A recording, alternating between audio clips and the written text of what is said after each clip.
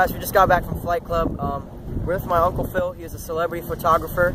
We're here in Manhattan Beach, and we're gonna ask these two some questions, including me, about Stefan Janoski's and these bulls of Broadway. First question.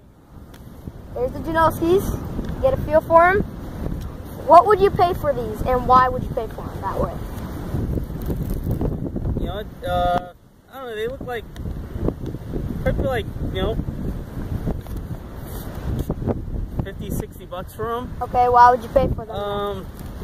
They're soft. I mean, very casual. I could see myself using it like at the beach and stuff, hanging out. Okay. Yeah, got a bonfire with some friends. You want to chill, casual house party and stuff. All right.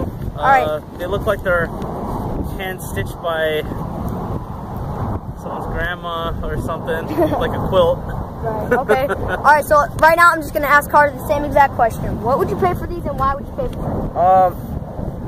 I would probably pay at the most $40 for these.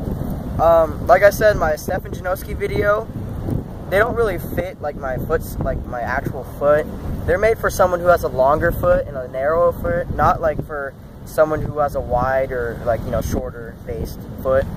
So yeah, $40, and that was my reason. You know, for me, I'm gonna have to go with Carter because like $40, like Uncle Phil said that. You know, I just like kick around in the shoes, but you know, I wouldn't pay too much for them because they're just more simple shoes and casual wear. So, number two, what do you think of the price, and is it worth it? So the price of these Janoskis are $100. What do you think? You know, I'm around a lot of people that deal in the fashion world. I don't think these would get me the attention that I'd want. Like you wouldn't be hype about it. Like you wouldn't be hype about him. Shoe game, yeah. So this would have shoe game like first level. No. This is a more definitely casual, but I mean, I wouldn't. Casual. I don't see girls come through going, "Wow, those shoes are cool," or something like that. Yeah. Makes sense. So, like, actually, I wouldn't pay $100 for them. I'd wait for them to go on sale for sure. On sale. I wait for them to go on sale. I wouldn't pay the full retail that I wanted off of them. So are you the tag's cool though. The tag's really cool. You know. Okay. All right. Are you the same look of Phil? Like, you know, you wouldn't pay $100 for him? I wouldn't pay $100 for him. Sadly, that's what I did. So you guys know, but now that I actually have the feel for them, I had previous Janoskis. They didn't feel good, so I thought I'd give it another try. I wouldn't pay $100. I wouldn't pay retail for them. If they're on sale, definitely get them.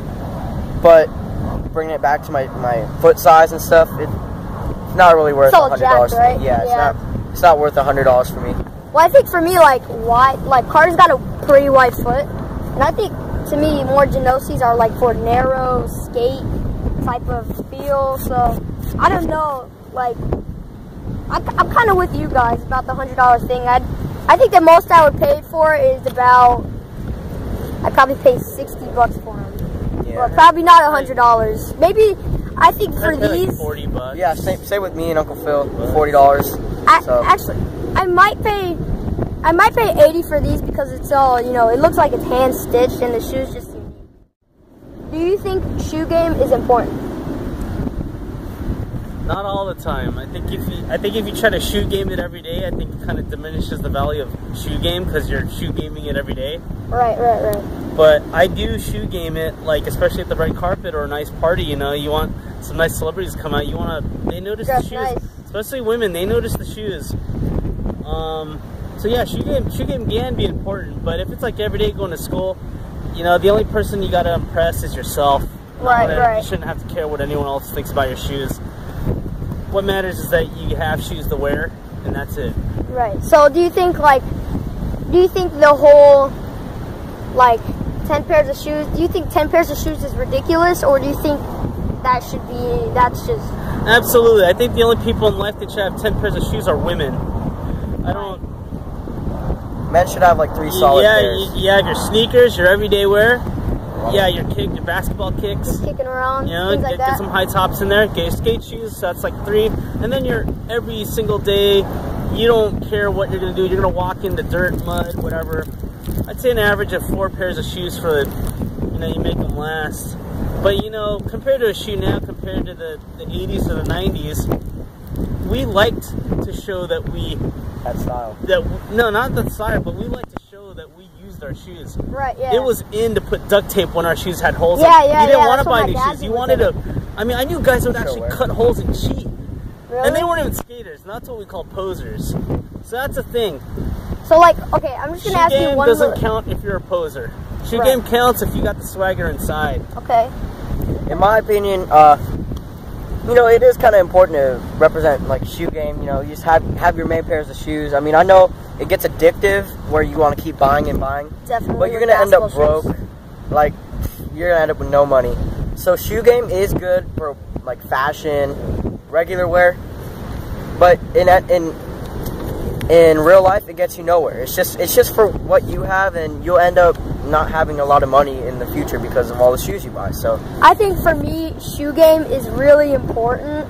I don't know, maybe it's just the new like type of trend where you have to have all these crazy types of shoes. Even like with people who aren't even into that shoe, they'll buy it anyways. Just, you know, they want to fit the trend and things like that.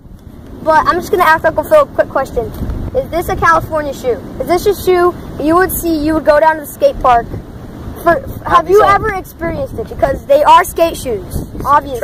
Traction. Yeah, I could see myself sporting these like in Venice Beach and stuff with all the hippies and stuff, and you know, doing the drum circle, and right, I mean, I can feel it. I mean, this is like Rasta bag material. I mean, I would sport these. I would sport these at the beach. Yeah. Okay. You know? All right, so that just about wraps it up for the Janoski.